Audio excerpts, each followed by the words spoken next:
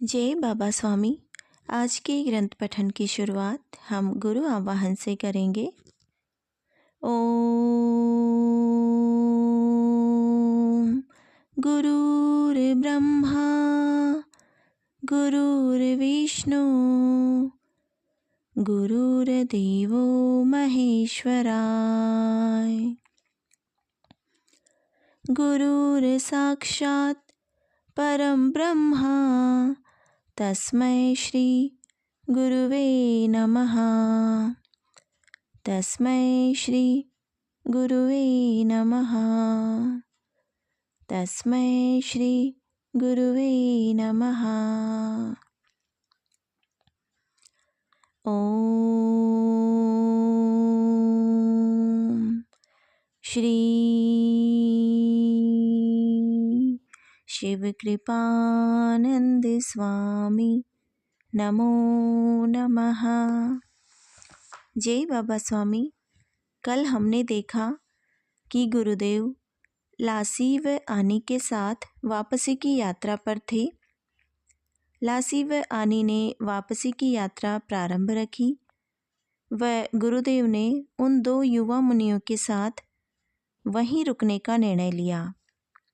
वहाँ गुरुदेव को ऐसा लग रहा था कि उनके जीवन का उद्देश्य ही इस गुफा तक पहुँचना था। फिर गुरुदेव ने उनके सामने बैठकर ध्यान करना प्रारंभ किया। वह सभी प्रयत्न छोड़कर पूर्ण समर्पित होने के बाद ही उन मुनियों की ऊर्जा से संपर्क हो सका। उन्होंने गुरुदेव को बताया कि उनके गुरु इस धरती पर जन्म लेना चाहते हैं। वह अपने आश्वासन पूर्ण करना चाहते हैं। उसके लिए उन्हें अच्छी आध्यात्मिक स्थिति वाले माँ बाप नहीं मिल रहे हैं। अब आगे का पठन करते हैं। थोड़े समय के बाद मेरा ध्यान फिर खुल गया और फिर ऐसा लगा कि मैं उस स्तर पर अधिक समय रहने में अक्षम हूँ, या तो वे अधिक समय संपर्क करने में अक्षम हैं। वे निचले स्तर पर अधिक समय रह ही नहीं सकते हैं। मुझे सारा वातावरण ही रहस्यमय लगने लग गया। मेरे जीवन का क्या रहस्य है, और यह जानने के लिए एक ही प्रश्न, मैं कौन हूँ, यह जानना अब मेरे लिए बहुत आवश्यक हो गया था। क्योंकि यह जानकर ही उन गुरुओं के गुरुओं से मेरा क्या संबंध है, यह जाना जा सकता था। सारा रहस्य काफ़ी परतों में छिपा मालूम पड़ रहा था और मैं एक परत के खुलने के लिए बड़ा व्याकुल हो रहा था। मैं प्रथम केंद्रित हो गया यह जानने के लिए कि मैं कौन हूँ, क्योंकि यह जाने बिना तो आगे कुछ जाना ही नहीं जा सकता था। अब यही निर्णय किया कि प्रथम यह जाना जाए कि मैं कौन हूँ, क्योंकि उसके बिना गुरुदेव की बातें समझ में आएगी ही नहीं। फिर मैंने इसके लिए प्रयत्न करना प्रारंभ नहीं किया, क्योंकि अनुभव से जाना था यह गुरुक्षेत्र है। यहाँ प्रयत्न नहीं, करुणा की शरण जाना होगा। और मैंने गुरुदेव की ही शरण जाते हुए प्रार्थना की, मार्गदर्शन करें, राह दिखाएं कि मैं कौन हूँ। आपकी कृपा में मैं यह जानना चाहता हूँ कि मैं कौन हूँ। आपकी बातें समझने के लिए यह जानना आवश्यक हो गया है कि मैं कौन हूँ। मेरे सारे रास्ते इस बिंदु से प्रारंभ हो रहे हैं, ऐसा प्रतीत हो रहा है। इसलिए कृपा कीजिए और बताइए मैं कौन हूँ, क्योंकि अब मेरे अस्तित्व का प्रश्न हो गया है। मैं इस समय गुरुदेव ऐसा पा रहा हूँ कि एक तरुण मनुष्य को कहा जाए कि तेरे माँ बाप कोई और हैं, तो स्वाभाविक ही है कि वह अपने माँ बाप को जानना चाहेगा। वह ढूंढना चाहेगा कि उसके माँ बाप कौन हैं, कौन वह माँ है जिसके पेट से उसने जन्म लिया। प्रत्येक पेड़ का पत्ता यह जानना चाहता है कि मेरी जड़ें कहाँ हैं। यह ठीक वैसा ही है, क्योंकि बिना जड़ के पत्ते का अस्तित्व ही नहीं है। पत्ता है तो जड़ तो होगी ही, और पत्ते को ही पता न हो कि जड़ कहाँ है तो वह पत्ता तो आत्मग्लानि से भर जाएगा कि वह अपनी जड़ को ही नहीं पहचानता। ठीक उसी प्रकार वह तरुण भी आत्मग्लानि से भर जाएगा कि क्या वह अपनी माँ को ही नहीं जानता। वह अवश्य जानना चाहेगा। यह प्रश्न उसके जीवन में तूफान ला सकता है। ठीक इसी प्रकार से आज मेरे भी जीवन में तूफान आ गया कि मैं कौन हूँ।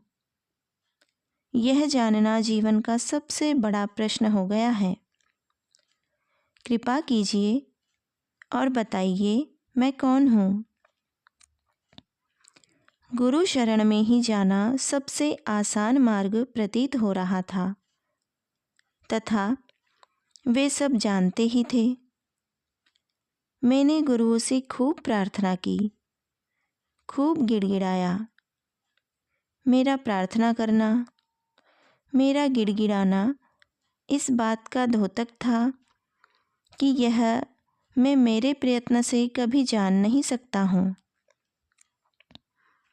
और इसीलिए स्वप्रयत्न से जानने का प्रयत्न ही नहीं करूँगा, क्योंकि वह जानना मेरी सीमा में नहीं है, और यह मैं जान गया हूँ। प्रार्थना भी बहुत कर कर के मैं थक गया। फिर प्रार्थना भी करनी छोड़ दी और उनसे कहा, अगर आपको लगता है कि मुझे जानना उचित है तो ही बताइए। मैं अब जानने के लिए इच्छुक भी नहीं हूँ। जब प्रार्थना करनी छोड़ी तो दूसरे ही दिन की घटना हुई। मानो प्रार्थना करने में भी कहीं मैं प्रार्थना कर रहा था। एक प्रकाश की किरण मेरी ओर आई और फिर मेरे आसपास प्रकाश ही प्रकाश भर गया, और फिर एक चलचित्र के समान मेरे सामने सब आने लग गया। सत्य क्या है, यह जानने की इच्छा आज से 800 साल पूर्व तुझे हुई, और उस जन्म में जन्म भर उसी इच्छा को लेकर जिया, और उसी इच्छा के साथ मरा भी। पर आत्मा की वह इच्छा बाकी रह गई और फिर दूसरा जन्म लिया। तब भी सत्य को जानने की इच्छा बचपन से ही थी, और जो लोग इस मार्ग पर मिले उन्हें बताया, मैं बचपन से ही सत्य की खोज कर रहा हूँ। अगर मुझे यह मिला तो मैं आपको अवश्य बताऊँगा। सत्य का ज्ञान अगर मुझे मिला तो वह मैं आपको भी कराऊँगा। उन लोगों के मन में भी सत्य के प्रति इच्छा को जागृत किया, और फिर यही प्रक्रिया प्रत्येक जन्म में चलती रही। एक ही बात को लेकर जन्म लेना, एक ही बात की खोज जन्म भर करना, ऐसा करने से ऐसी आध्यात्मिक उन्नति की इच्छा करने वालों की एक बड़ी सामूहिकता तुझे प्राप्त हो गई,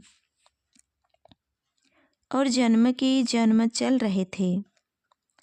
तू अलग धर्मों में जन्मा, अलग देशों में जन्मा। इसी कारण लोग सभी सीमाओं को पार करके तेरे साथ जुड़ गए, और फिर प्रत्येक जन्म में लोग इच्छा करने लग गए कि तुझे सत्य का ज्ञान होना चाहिए, क्योंकि तुझे होगा तो ही तू उनको करा पाएगा, ऐसा वे मानते थे। यह भी सब परम चैतन्य के द्वारा ही आयोजित था। बस उस बड़ी योजना का तुम माध्यम मात्र बन गया था। पहली शुद्ध इच्छा तेरी ही थी, पर बाद में उस एक शुद्ध इच्छा के साथ लाखों आत्माओं की इच्छा जुड़ती गई और एक बड़ी सामूहिक इच्छा शक्ति बन गई। पर अभाव था कार्य शक्ति का। करने की शक्ति तेरे पास नहीं थी और न ही उचित समय भी था। इसीलिए पिछले 800 सालों से केवल एक ही इच्छा लेकर तू उस समय तक पहुंचा जिस समय कार्यशक्ति निर्मित हो गई। यह कार्यशक्ति इसी युग की देन है। इस कार्यशक्ति के बिना यह कार्य होना संभव ही नहीं। यह युग इसी कार्यशक्ति का युग है। तीव्र इच्छा शक्ति की सालों की तपस्या के बाद उस इच्छा शक्ति को फलीभूत करने के लिए परम चैतन्य के द्वारा कार्य शक्ति का निर्माण हो जाता है। वह निर्माण भी परम चैतन्य नहीं कर सकता है, और वह तो सामूहिक इच्छा शक्ति के कारण ही हो सका। और वह युग आया जिस युग में तेरी इच्छा शक्ति को फलीभूत होने के लिए परम चैतन्य ने कार्य शक्ति का निर्माण किया। उस कार्य शक्ति का कार्य था तुझे तेरे जीवन में तेरी इच्छा को फलीभूत करने के लिए शक्तियाँ प्रदान करना। और यह कार्य करने के लिए परम चैतन्य को भी माध्यम चाहिए था। ऐसा माध्यम जो सतत तेरे साथ रह सके, तेरी इच्छाओं का विस्तार कर सके, उन इच्छाओं को पूर्ण कर सके, क्योंकि यह अब केवल तेरे अकेले का प्रश्न नहीं था। वह तो लाखों आत्माओं की सामूहिक शक्ति का प्रश्न था। और इतने लाखों लोगों की इच्छा पूर्ण करने के लिए पर्याप्त शक्तियों की आवश्यकता थी। परम चैतन्य ने उन शक्तियों का संग्रह करके उसे तेरी पत्नी के रूप में तुझ तक पहुंचा दिया। इसीलिए उसके तेरे जीवन में आने के बाद ही इस मार्ग पर चल सका, क्योंकि पहले तेरी केवल इच्छा थी, पर फलीभूत करने के लिए सामर्थ्य नहीं था। उसके तेरे जीवन में आने के बाद ही वास्तव में तेरे कार्य का प्रारंभ हुआ है, क्योंकि पहले तो केवल इच्छाएं ही थी। इन सब इच्छाओं को पूर्ण करना अब तेरे जीवन का उद्देश्य ही है। और इसी उद्देश्य को देखकर कई संतों ने, कई मुनियों ने, कई त्यागियों ने तुझे अपना सहयोग शक्तियाँ प्रदान करके किया। यह कार्य अब कोई तेरे अकेले का कार्य नहीं है। इस कार्य में सामूहिक शक्तियाँ सम्मिलित हो गई हैं। अब इस जन्म में तुझे कुछ भी करना नहीं है। अब सब कुछ तेरे माध्यम से घटित होगा। वे सब आत्माएं जो सालों से तेरे साथ अलग अलग जन्मों में जुड़ रही थी, वे सब आकर इस जन्म में सत्य का अनुभव करेंगी। तुझे उन तक पहुंचने की आवश्यकता नहीं, वे ही तेरे पास पहुंचेंगी। यह सब करने के लिए तुझे समाज में ही जाना होगा, क्योंकि वे सारी आत्माएं विभिन्न समाज में हैं, विभिन्न देशों में हैं, विभिन्न धर्मों में हैं। पर उन तक जाने के लिए तेरे पास कोई शुद्ध उद्देश्य नहीं है जिसे लेकर तू उनके पास जा सके। उस उद्देश्य को पूर्ण करना ही हमारा उद्देश्य है। यह एक पवित्र उद्देश्य है, गुरु शक्तियों के आगमन का माध्यम बनना। ऐसा पवित्र उद्देश्य लेकर तू समाज में जा और कार्य कर। तेरे कार्य का विशाल स्वरूप देखकर ही हमने तुझे चुना है। बाद में फिर मेरा ध्यान खुल गया, पर अब मैं जान गया था कि मैं कौन हूँ, मेरे जीवन का क्या उद्देश्य है। मुझे मेरा उद्देश्य मिल गया था और ऐसा लगा जैसे कि मैं एक सपना देख रहा था और सपने में से ही जागा था। पर मैंने यह अनुभव से सीखा कि इस आध्यात्मिक जगत में मनुष्य के प्रयत्नों का कोई स्थान नहीं है और प्रयत्न ही इस आध्यात्मिक क्षेत्र में बाधक बन जाते हैं। क्योंकि जैसे ही हम कोई प्रयत्न करते हैं, हमारा अस्तित्व ही अलग सा हो जाता है और आध्यात्मिक क्षेत्र में सारी प्रगति सामूहिकता में ही होती है और उस सामूहिक शक्ति के माध्यम होते हैं गुरु। और जब हम अपने स्वयं के प्रयत्न करना छोड़ देते हैं और उनसे प्रार्थना करते हैं, तो प्रार्थना करने के माध्यम से हम उनसे जुड़ते हैं यानी उनके साथ की सामूहिक शक्तियों से जुड़ते हैं। और जुड़ने के बाद वे शक्तियाँ हमें माध्यम बनाती है और कार्य होने लग जाता है।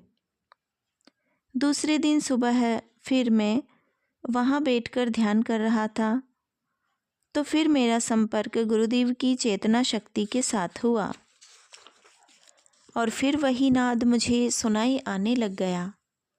उन्होंने कहा, हमारे गुरु शक्तियों के रूप में विद्यमान है।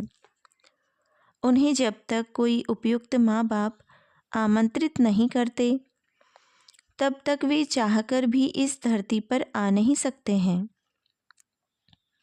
यह एक काफ़ी कठिन कार्य है कि एक युवक और एक युवती आध्यात्मिकता की उच्च स्थिति प्राप्त करें और ऐसी उच्च स्थिति को प्राप्त हुई दोनों ही आत्माएं विवाह करें और बाद में वे इच्छा करें कि उनके माध्यम से गुरु शक्तियाँ अवतरित हों। सामान्यतः माँ बाप की इच्छा हो या न हो, वे दोनों शारीरिक रूप से पास आने के कारण माँ बाप बन जाते हैं, जबकि वे बनना भी नहीं चाहते। ऐसे माँ बाप से जन्म लेने वाले बच्चे मेहमान बच्चे कहलाते हैं। इनकी ऊर्जा का स्तर सामान्य बच्चों जैसा होता है, पर गुरु शक्तियाँ गुरुलोक में विद्यमान होती हैं। उन तक पहुँचने के लिए एक आध्यात्मिक स्थिति की और अपने गुरु के प्रति संपूर्ण समर्पण की आवश्यकता होती है।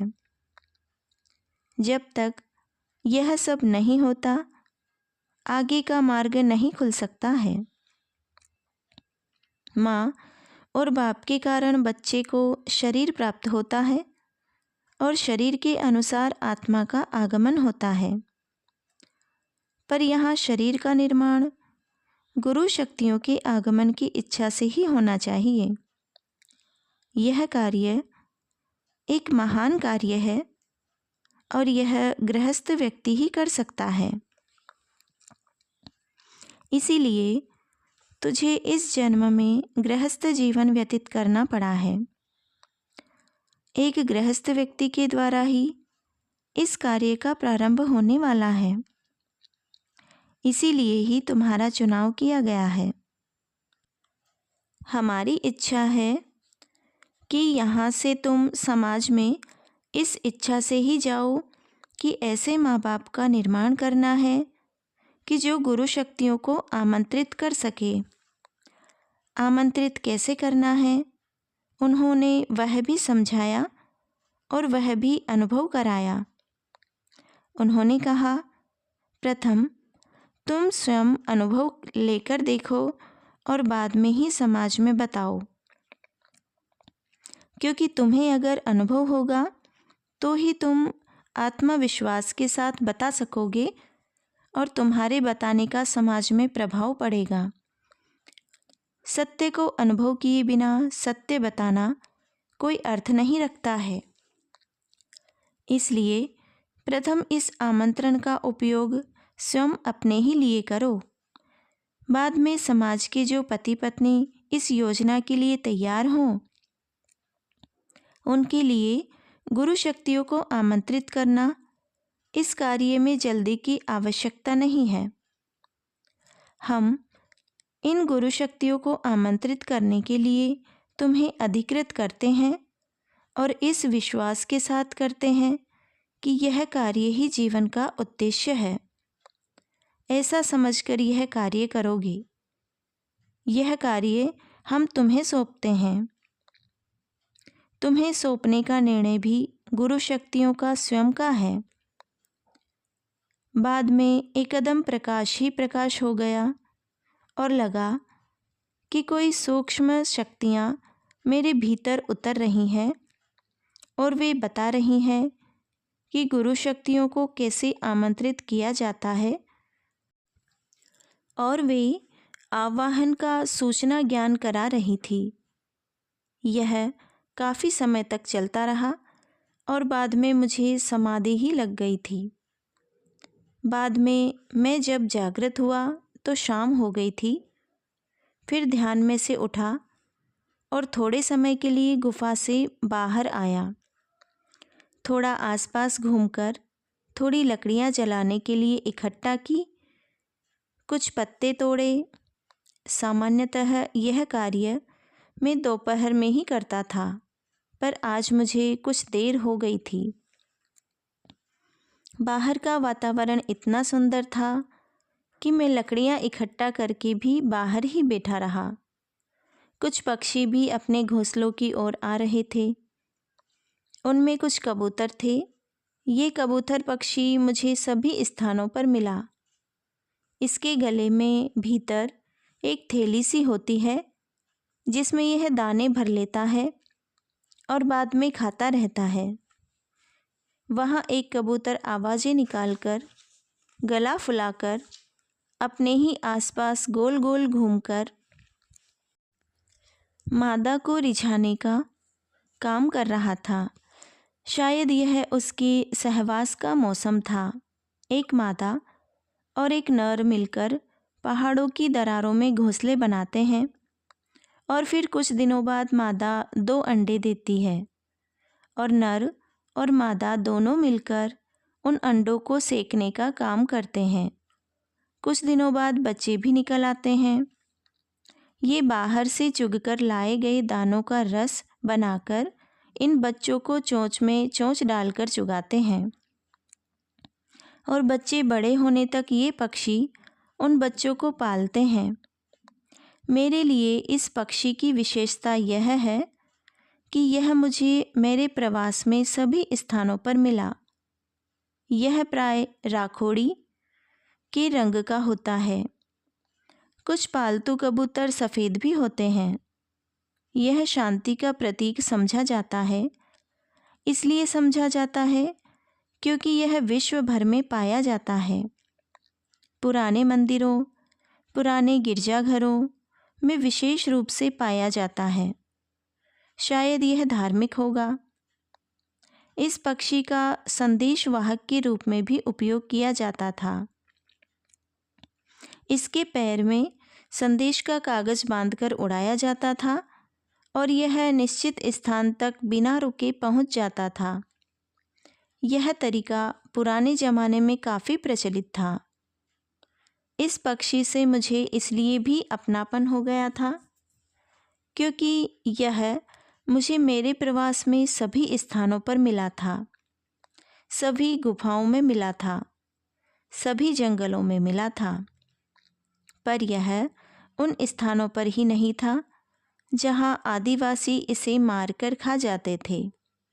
वहीं पर यह नहीं दिखा। बाकी सब जगह यह मिला ही था। मैंने उस पक्षी के युगल से विदाई ली और गुफा में आ गया। जय बाबा स्वामी।